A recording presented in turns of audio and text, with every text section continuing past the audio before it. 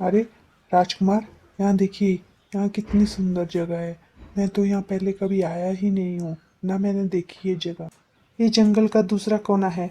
हम यहाँ कभी आते ही नहीं हैं और इसीलिए हमने ये जगह देखी ही नहीं। सच में बहुत सुंदर जगह है ये।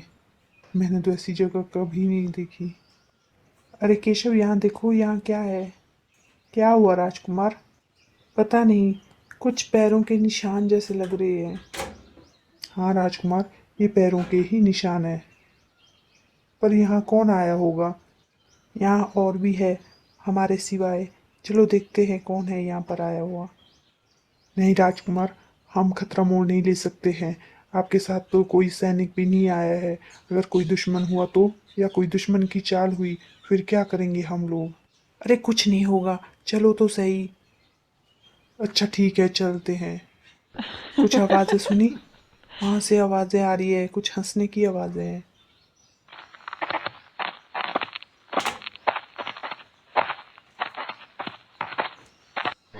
हाँ वहाँ देखो, वहाँ पर कोई है। ये लोग यहाँ क्या कर रहे हैं इस जंगल में?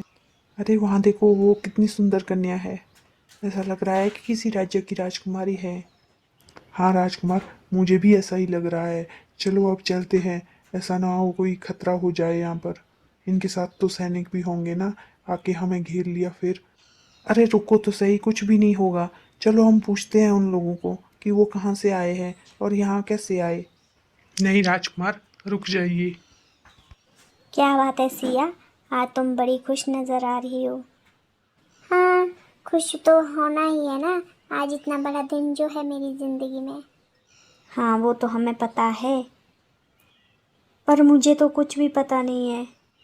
ओ मेरी प्यारी गायत्री, वो बात ये है ना कि आज हमारी राजकुमारी जी का 18वां जन्मदिन है।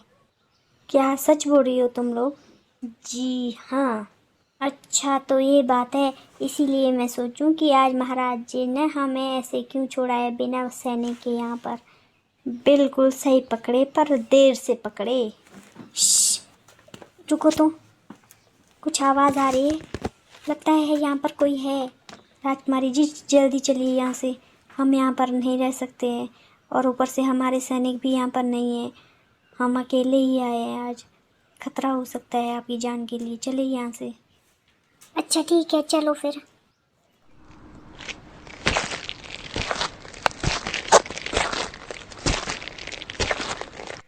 राजकुमार रुक जाइए, कहाँ जा रहे हैं आप? केशव छोड़ो मुझे, वो लोग जा रहे हैं, उन्हें जाने दीजिए। क्या केशव, तुम भी ना, क्या कर दिया? केशव, यहाँ देखो, यहाँ पर भी उन पैरों के निशान हैं। ऐसा कैसे हो सकता है? मेहंदी के निशान तो इतनी देर तक रहते नहीं है, ना ही वो ऐसे लगते हैं। ये कुछ अलग से लग रहे हैं, इसमें अलग सी चमक है। हाँ राजकुमार, मुझे भी इसमें कुछ रहस्य जैसा लग रहा है। शायद ये किसी राजकुमारी के होंगे, आम इंसान के तो हो नहीं सकते ये। हाँ केशव, तुम ठीक बोल रहे हो, आम इंसान के तो नहीं हो सकते हैं ये निशान। कोई बात नहीं राजकुमार, आज हमारे साथ सैनिक नहीं थे ना, तो कल हम दोबारा से यहाँ पर आएंगे और इन लोगों के बारे में पता करेंगे तो ये लोग कौन थे। अरे राजकुमार, यहाँ देखिए, ये निशान तो गायब हो रहे हैं। हाँ केशव, ये तो सच में गायब हो रहे हैं। और एक बात और, तुमने एक बात पर ध्यान दिया? ये निशान सिर्फ पत्थर पर ही है, पर मिट्टी पर दूर दूर तक कोई निशान नहीं दिखाई दे रहा है। हाँ राजकुमार, सच में जमीन पर तो बिल्कुल भी निशान नहीं दिखाई दे रहे हैं, सिर्फ ये पत्थर पर ही है। हाँ ये उनके निशान होंगे जो इस पत्थर पर खड़ी थी। वो देखने में भी सबसे अलग लग रही थी। कुछ तो था, ऐसा लग रहा हो कि कहीं की राजकुमारी हो। अच्छा ठीक है, चलो अब महल वापस चलते हैं। और क्या करना है यहाँ पर रहकर? उदास मत होइए राजकुमार, वो आपसे ज़रूर मिलेंगी। अच्छा ठीक है। विक्रमादित्य, क्या कर रहे हो पुत्र? कहाँ गए थे तुम? कब से मैं तुम्हारा इंतज़ार कर रही थी। कहीं नहीं माँ, बस यही जंगल में गए थे। हमने सुना कि आपने आज सैनिक भी साथ नहीं ले गए थे, अकेले ही गए थे। नहीं माँ, हम अकेले कहाँ गए थे, केशव था ना हमारे साथ। वो तो ठीक है पुत्र, पर सैनिक भी आपको अपने साथ ले जाने चाहिए थे। अगर किसी दुश्मन ने हमला किया होता तो क्या करते? अच्छा ठीक है माँ, आप हमारी चिंता मत करिए, हम आगे से ध्यान रखेंगे। हम ऐसे अकेले नहीं जाएंगे, हम आगे से सैनिक साथ ले जाएंगे। अब आप चिंता छोड़ दीजिए, हम महल में सुरक्षित पहुंच गए हैं। अच्छा ठीक है, फिर हमें वचन दो। ठीक है माँ, हम वचन देते हैं, हम सैनिक के बिना कभी भी कहीं भी अकेले नहीं जाएंगे। अच्छा चलो फिर ठीक है, मैंने आज तुम्हारी पसंद का खाना बनाया है। चलो खाना खा लो पहले। ठीक है माँ, मैं अभी आता हूँ। कौन थी वो और कहाँ से आई थी? वो तो बहुत सुंदर थी देखने में। अब कैसे पता करूँ मैं उनके बारे में कि कौन थी वो? केशव ने बोला था मुझे कि वो उनका पता ज़रूर लगाएगा। अब तो मुझे सुबह तक का इंतज़ार करना पड़ेगा, उससे पहले तो कुछ भी नहीं हो पाएगा।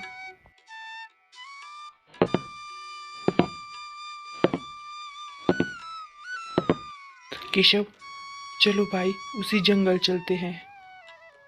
तुमने पता किया ना कि वो लोग कौन थे?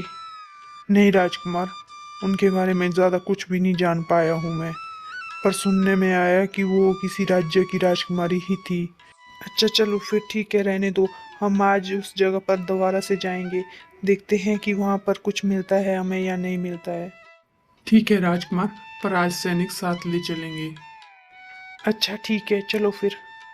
राजकुमार, यहाँ तो आज कोई भी नहीं है। हाँ केशव, आज तो उनके पैरों के निशान भी यहाँ नजर नहीं आ रहे हैं। अब कैसे पता लगेगा? लगता है वो अब यहाँ पर कभी नहीं आएंगी। ऐसा क्यों बोल रहे हो केशव? मुझे लगता है वो जरूर आएंगी।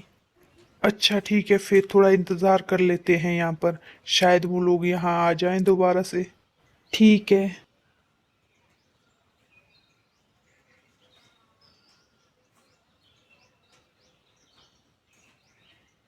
अरे शाम हो गई, वो लोग अब तक नहीं आए। अब वो आएंगे भी नहीं, रात होने वाली है।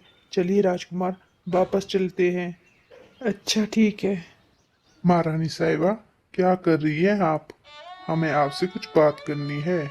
बोलिए महाराज, क्या बात करनी है आपको हमसे?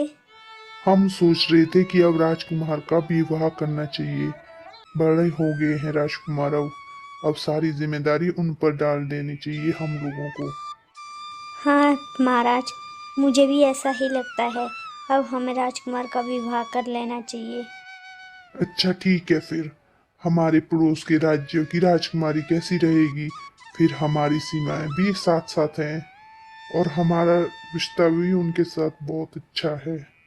और ये रिश्ता और ज्यादा मजबूत हो जाएगा अगर इन दोनों का विवाह हो गया तो। अच्छा ठीक है महाराज, जैसा आपको सही लगे। वैसे राजकुमार कहाँ है महारानी? मैं देख रहा हूँ कि कुछ दिनों से राजकुमार महल में दिखते ही नहीं है। हाँ महाराज, वो उसका मित्र है ना, केशव। पता नहीं दोनों कहाँ चले जाते हैं, शाम को ही वापस आते हैं महल में। अच्छा ठीक है, जब वह वापस आ जाए तो उसे मेरे पास भेजना। ठीक है महाराज, मैं आपके पास भेज दूंगी राजकुमार को। विक्रमादित्य, आपने इतनी देर कहाँ लगा दी? कब से हम आपका इंतज़ार कर रहे थे। क्या हुआ माँ? कुछ नहीं, पर आपको क्या हुआ विक्रम? आप ऐसे परेशान से क्यों दिख रहे हैं? कुछ नहीं माँ, मुझे कुछ नहीं हुआ। आप बताइए, आप मेरा इंतजार क्यों कर रही थी? विक्रमादित्य, आपको आपके पिताजी ने बुलाया है।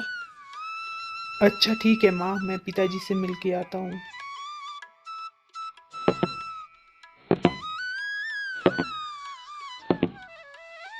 प्रणाम पिताजी, आपने मुझे यहाँ बुलाया? हाँ, हमने ही आपको यहाँ बुलाया है।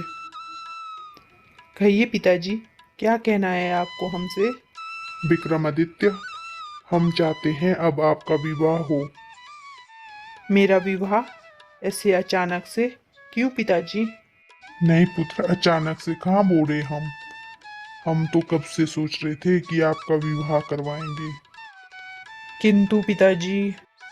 किंतु क्या राजकुमार, कोई समस्या है?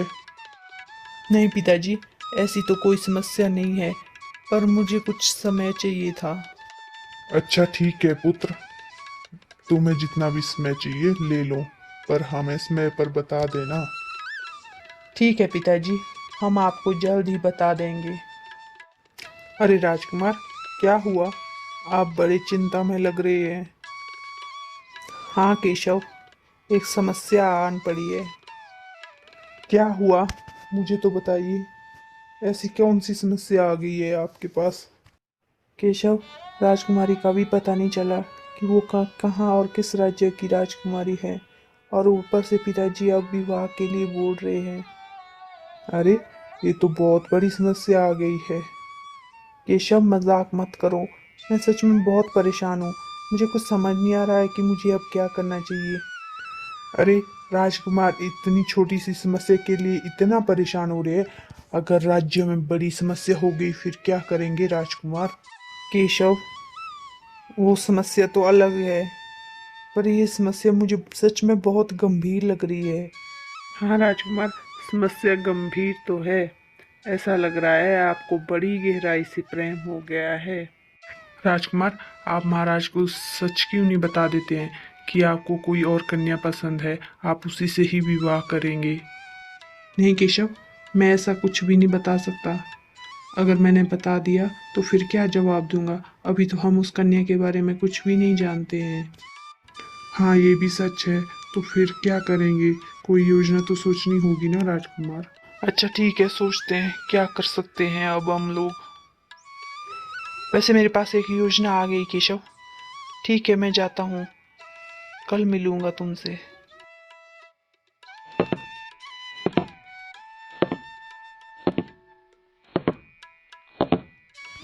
अरे विक्रमादित्य, आओ आओ। प्रणाम पिताजी। कल्याण हो। आओ विक्रमादित्य, क्या हुआ, कुछ बात करनी है आपको हमसे? हाँ पिताजी, हमें आपसे एक ज़रूरी बात करनी है। पिताजी, हमने विवाह करने का फैसला कर दिया है। हम विवाह करने के लिए तैयार हैं। अरे वाह, ये तो बहुत बड़ी खुशी की बात है कि आप विवाह करने के लिए तैयार हैं। हम कल ही अपने मित्र को संदेश भेज देंगे कि वह विवाह की तैयारी कर ले। किंतु पिताजी, मेरी बात अभी पूरी नहीं हुई है। बोलिए विक्रमादित्य, क्या कहना चाहते हैं आप? पिताजी, हम राजकुमारी यामिनी से विवाह नहीं करना चाहते हैं। हम ऐसी कन्या से विवाह करना चाहते हैं जिस कन्या के पैरों से कुमकुम के निशान लगते हों। हम ऐसी कन्या से विवाह करना चाहते हैं। विक्रमादित्य, ऐसे कैसे हो सकता है? किसी कन्या के पैरों के निशान? हाँ पिताजी, आप अपने सैनिकों को चारों दिशाओं में भेज दो और हमें वो कन्या ढूंढ के लाए, तभी हम विवाह करेंगे। ऐसे हम जिंदगी भर कुंवारे ही रहेंगे, हम किसी से भी विवाह नहीं करेंगे। ये कौन सी दुविधा में डाल दिया हमें राजकुमार ने। अब हम ऐसी कन्या कहाँ ढूंढेंगे? महाराज, एक उपाय है। बताइए महामंत्री, क्या उपाय है? महाराज, हम राजकुमार की तसल्ली के लिए अपने गुप्तचर चारों दिशाओं में भेजेंगे। वही पता करेंगे कि ऐसी कन्या है या नहीं है। अगर होगी तो वह ढूंढ के लाए, अगर नहीं होगी तो राजकुमार को किसी और कन्या से विवाह करना ही पड़ेगा। हाँ महामंत्री, आप बिल्कुल सही कह रहे हैं, अब ऐसा ही करना पड़ेगा। आप गुप्तचर को चारों दिशाओं में भेज दीजिए। जैसी आपकी आज्ञा महाराज। प्लीज़ चैनल को सब्सक्राइब करें और वीडियो को शेयर करें। आपको कहानी कैसी लगी ये भी ज़रूर बताएं हमें कमेंट बॉक्स में। बाय बाय दोस्तों, मिलते हैं एक नई कहानी के साथ।